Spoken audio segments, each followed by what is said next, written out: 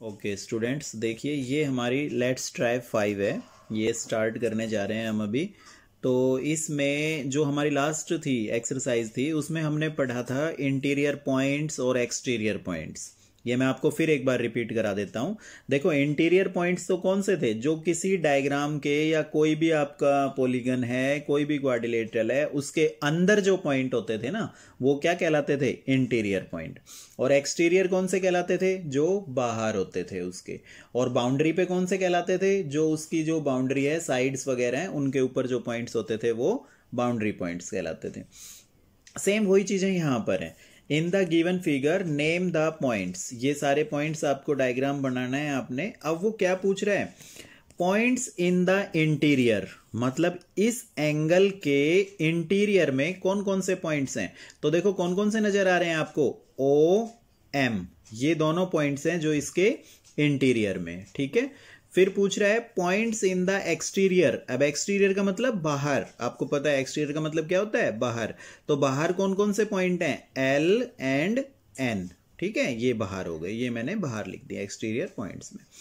Name 3 non collinear points in the figure. अब बात आती है नॉन कोलिनियर पॉइंट्स। देखो मैंने आपको पहले डिफाइन किया हुआ है कि कोलिनियर पॉइंट्स कौन से होते हैं, जो एक ही स्ट्रेट लाइन में हो। 3 पॉइंट जब एक ही स्ट्रेट लाइन में होते हैं तो वो कोलिनियर होते हैं।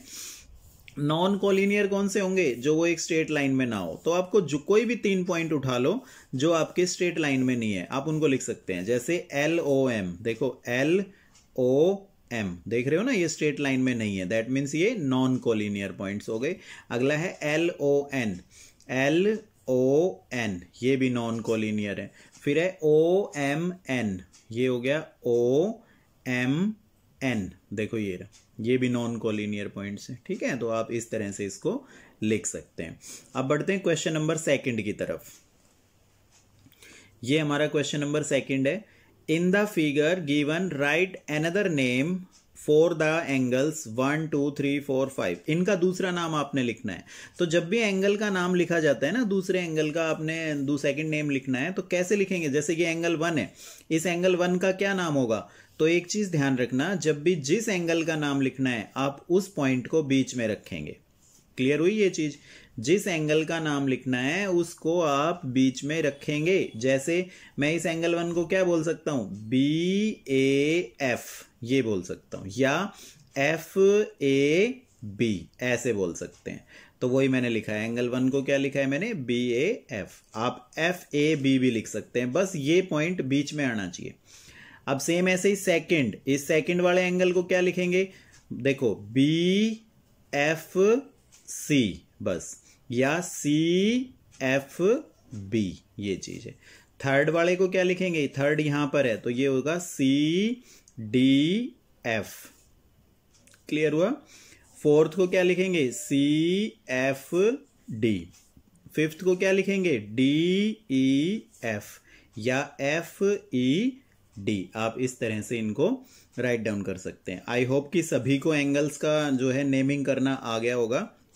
फिर देख लो, जैसे एंगल 1 है तो इस पॉइंट को, जिस पॉइंट पर वो एंगल बन रहा है ना, उसको आप सेंटर में रखेंगे, बीच में। जैसे बाकी आप यहां से भी रीड कर सकते हैं, एफ ए बी एंगल 1 का नाम, या बी ए एफ, इस तरह से एंगल्स को नेमिंग की जाती है, ठीक है। अब लेट्स ट्राई 5 में हमारा इतना ही था। अब बढ़ते हैं अपने लेट्स ट्राई 6 की तरफ। हाँ देखिए, ये लेट्स ट्राई 6 है हमारी। क्या कह रहा है, use your notebook to answer the following question. आपने तो सभी अपनी नोटबुक में ही करने हैं क्वेश्चंस। कोई बच्चा ऐसा नहीं है कि हाँ बुक में ही मार्क कर ले काम खत्म, बस नहीं, सारी चीजें नोटबुक में राइट डाउन करनी है आपने। ये आगे क्या कह रहा है, look at the following figure and answer the questions below. इनके जो आंसर्स हैं, जो चीज पूछ रहा है वही आपने बतानी है। How many triangles are there in the figure, name them. इस फिगर में आपको कितने ट्रायंगल्स नजर आ रहे हैं, आपने उनके नाम लिखने हैं। कितने नजर आ रहे हैं आपको, 3। कोई ये मत कह देना कि 2 ही नजर आ रहा है, कभी एक ये गिन लो और एक ये नहीं, एक टोटल बड़े वाला भी है हमारे पास, और उनके नेमिंग क्या है, 3। तो एक आंसर तो मेरा आ गया 3। अब उनके नेमिंग करेंगे, ट्रायंगल पी क्यू आर, पूरा बड़े वाला। फिर इसके बाद पी आर एस, आप पी एस आर भी बोल सकते हैं, S P R, S R P, जो भी नेमिंग चाहें वो दे सकते हैं। फिर एक PQS, ये मेरे 3 ट्रायंगल्स आ गए। ठीक है, फिर आता है name all the angles in the figure, जो जो एंगल बन रहे हैं। अब इसमें एंगल देखो PRQ, ये एंगल बन रहा है। दूसरा PQR, ये एंगल बन रहा है। तीसरा QRP, ये एंगल बन रहा है। अब छोटे ट्रायंगल्स में आ जाओ। छोटे में RPS, PSR, SRP, ये हो गया। अब इस ट्रायंगल में आ जाओ। इसमें P और क्या बन जाएगा आपका QSP और दूसरा QPS। इस तरह से ये आपके सारे एंगल्स बनेंगे। फिर क्या कह रहे हैं, name the point in the exterior of triangle PQS। देखो PQS, इससे एक्सटीरियर कौन से पॉइंट्स हैं वो आपने बताने हैं।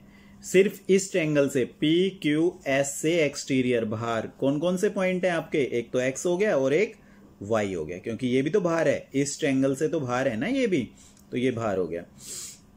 Name the point which is in the exterior of all triangles formed in the figure. ये कह रहा है जो ये फिगर बनी हुई है इसमें जितने ट्रायंगल्स हैं उन सबसे बाहर है वो पॉइंट, उसका नाम आपने बताना है। तो कौन सा पॉइंट है वो, X पॉइंट है। ठीक है, यहां पर आप लिखेंगे X। क्लियर है। तो ये हमारी लेट्स ट्राई 6 थी, छोटी सी एक्सरसाइज थी ये। अब इसी के साथ फिर हम आगे बढ़ते हैं लेट्स ट्राई 7 की तरफ। देखिए ये लेट्स ट्राई 7 है और इसमें क्वेश्चन नंबर फर्स्ट है हमारा, match the following after taking reference from the given figure. ये फिगर बनी हुई है ABCD। ये क्या है आपके पास, इसका नाम होता है ट्रेपीजियम। ये सारी शेप्स के ऊपर भी एक वीडियो मैं आपके लिए बनाऊंगा। वैसे हम इसको यहाँ पर क्या बोल सकते हैं, अपना क्वाड्रिलेटरल बोल सकते हैं। ठीक है, अच्छा अब देखो इसमें मैचिंग करवा रहा है। अपोजिट साइड्स कौन सी हैं, अपोजिट साइड मतलब कौन सी होती हैं, जैसे ये या ये अपोजिट साइड्स होती हैं।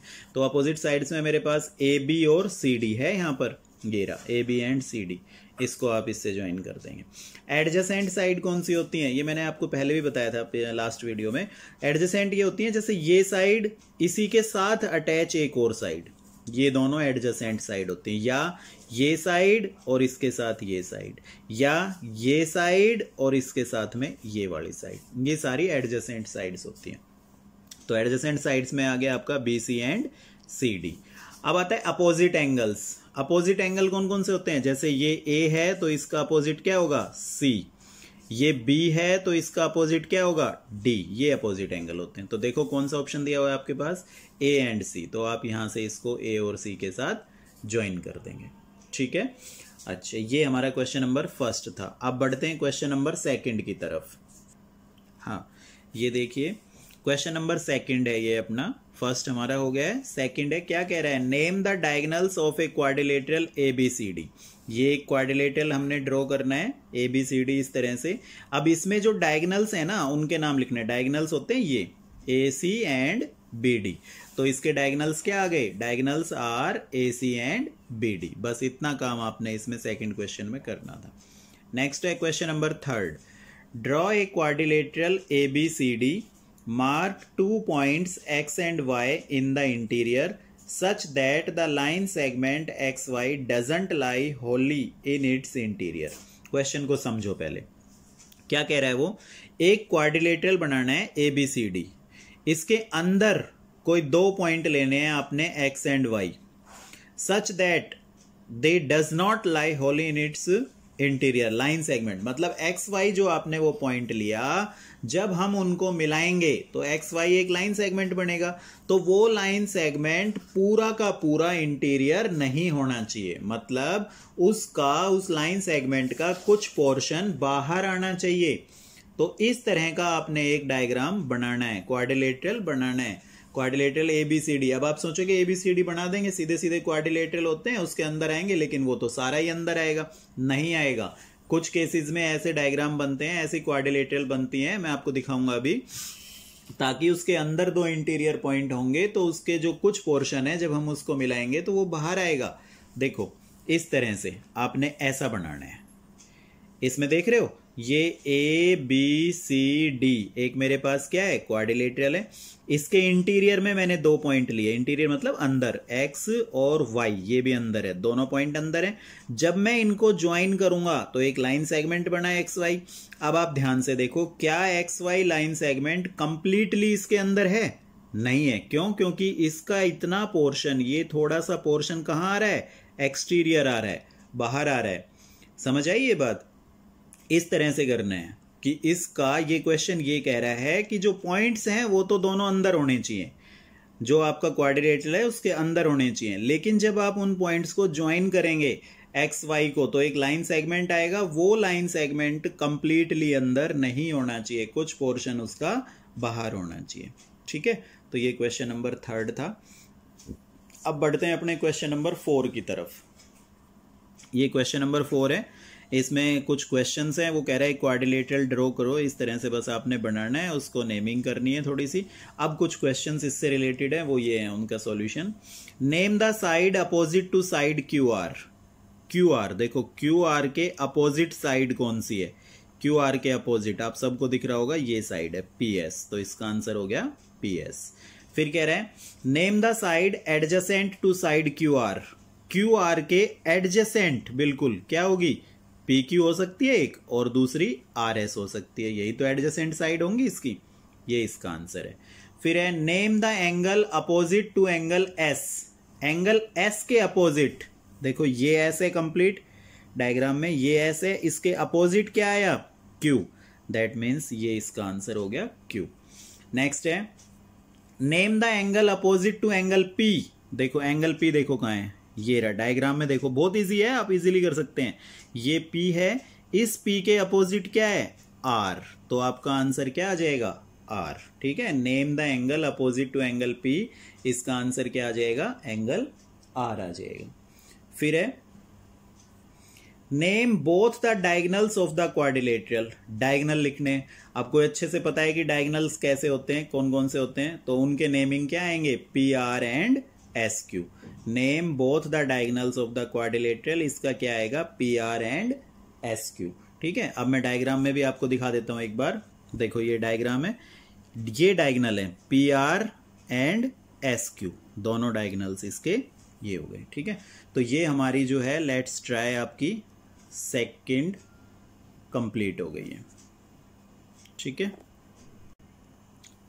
हाँ सॉरी, ये लेट्स ट्राई सेकंड नहीं, लेट्स ट्राई 7th है हमारी, तो ये लेट्स ट्राई जो 7th है ये भी हमारी क्या हो गई है, कंप्लीट हो गई। ये लेट्स ट्राई 7th का सेकंड क्वेश्चन था, ये वाला जो अभी आपको क्लियर कराए गए थे, ये कंप्लीट हो गए हैं सारे, आपने अच्छे से करनी है। फिर भी किसी बच्चे का कोई डाउट रहता है इनमें तो वो मुझसे क्लियर कर सकता है। ठीक है, ओके।